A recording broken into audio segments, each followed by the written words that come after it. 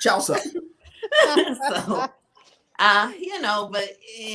all the stuff. I really do hope they come out and apologize to Jordan Woods because let's see, I think he played victim, if I recall. I stopped watching that show a while ago just because they definitely was trying to get the bag. I'm mad, go ahead and do y'all thing, but let it go, Chloe. Just find another man or just let it go. Well, she gonna trade him up for another basketball player anyway. That's what they do.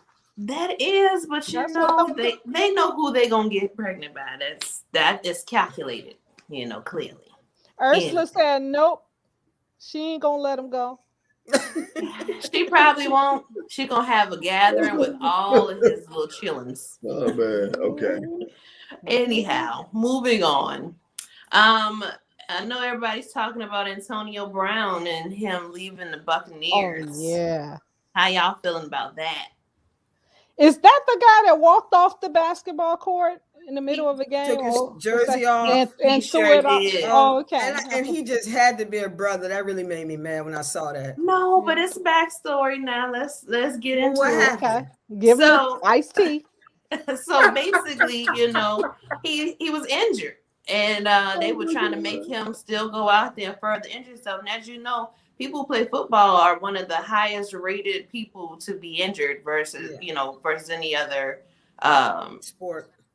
You know what I'm saying? So he's trying to keep his legacy going by continuing to play, but he can't play if he's not well. It's like going out there and they'll further damage you and but anyway, they didn't care. So they're like, okay, so what time you gonna be in tomorrow? He's like, I'm not performing if I'm not okay. Mm-hmm. So he quit. Am I mad? Absolutely not. Would you do the same thing? Yeah, exactly. Well, Lisa Michelle said, she said greetings, first of all, and she said he was a football field. He was on the football field. That's what she said. She said he was on the football field. Yeah, it's football. Football. He played football. He's a football player for the he was a football player for that particular franchise. But I don't think that's the end of the road for him. He's a good player. So I don't think it's the end of the road, but I do want to say this, and this is funny, so I'm going to try not to laugh. It's not funny, but so I'm going to try not to laugh. A lot of these guys been playing they've been playing JFL football since they was like 8.5 years old. They've been getting hit in the head. You've been a linebacker since you was 9. By the time you get 20, your gray matter's got some bruises on it. Mm-hmm. So sometimes they just snap. You know what? I'm hot. Just get naked on the field. Let's go. Don't take it out. Is that the same guy that was high-fiving some little kid and stuff? He was doing this little dance as he was leaving out of there. And then he said he did it slow motions to the little kid. Wanted to make sure the little kid was going to high five him back. That's why. No, the kid was holding his hand out for the high five. Okay. And he did it in slow motions. What I'm saying is everybody likes to talk about boxers, and that's true. Boxers get it. They get it really bad. The football players get popped. Yeah, they get hurt. They get hit hard. You know what I'm saying? Like the first time I went on a football field and I tried out for football, I got hit. I crawled off the field. I knew it was something wrong with you. I knew it. I knew it. I knew something was wrong with you. You got hit in the head a couple of times. I got in the shower before everybody came and I left. You know what I'm saying? So that wasn't for you. He was like, that's all right. No. Hey, you gonna hit me one time and I'm out. Yeah, me too. The first time you hear me, I'm ready to fight. I'm gonna be ready to fight, so I ain't gonna play no tackle. Yeah, I'm straight. You know, do it again. You know how I was when I was a kid. You hit me one time, I'm ready to fight now. So I don't wanna play no games. Yeah. And you ain't coming to my birthday party. Yeah. So Shanita, does that? I have one more story. Okay, go ahead. Interesting enough, there is a show on Netflix. It's 2 shows. They're by the same, production company. One is Sunset, Selling Sunset, and the other one is Selling Tampa.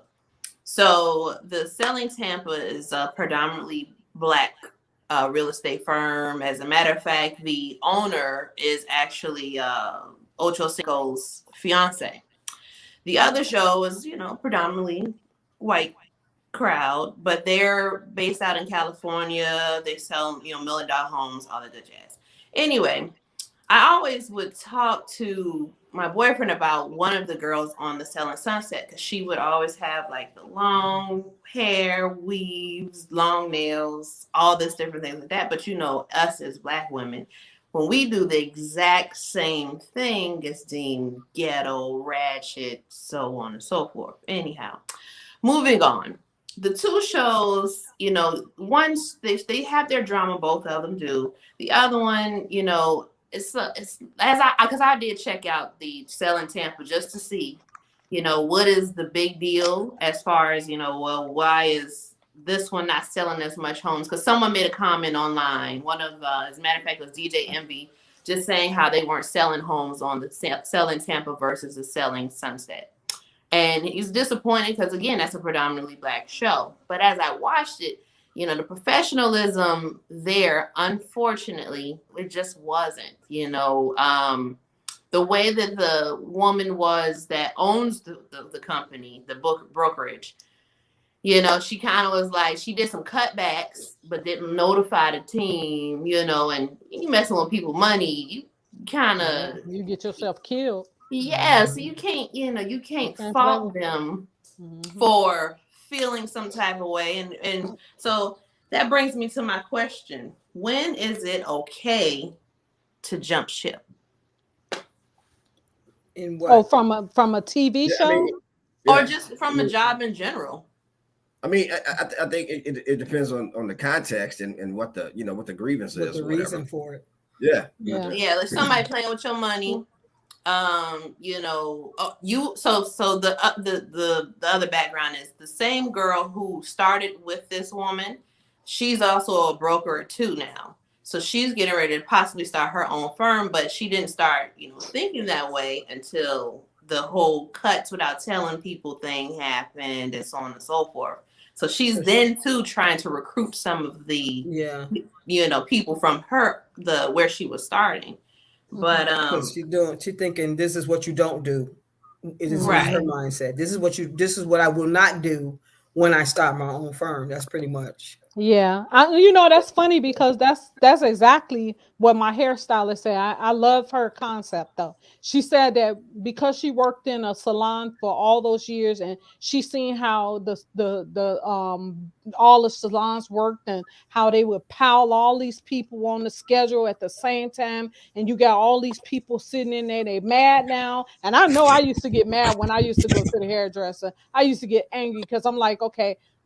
You told me to be here at 9 o'clock, and it's 12 o'clock, and I'm still sitting here. And then you got 3 more people walk in. Right. So I love that the fact that my hairstylist, a Dodo, that's her name, and she doesn't do that. What she does is you got an appointment at 1 o'clock. That's when she's gonna see you at 1 o'clock. Yeah. She's not gonna. My hairdresser does. Right. She's not gonna have all these different people and all that stuff coming.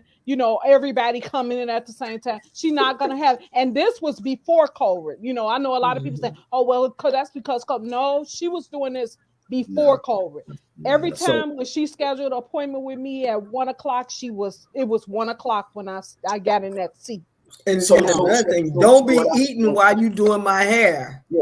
So that's another reason why I didn't like hair salons when you just walk in, when you can walk into a salon, because sometimes they'll be right in the middle of doing your hair and be trying to eat while they doing your hair. Mm-hmm. My hairdresser, she do the same thing where it's by appointment only. When I go over there to get my hair done, it's just me and her, and I like that because she focused directly on me. And that's from what I've been told, what happens went to the barber. Yeah, well, when you go to the barber, they get that one little. I've been told that what they'll do, they'll overbook, and then they get you in there and get you to the shampoo person. Yeah. You wet, you ain't leaving. You're not leaving. That's exactly, that happened to me before. That's how they do it. That's bull crap, man. One lady I went to, she based my hair for a perm. She based my hair. She had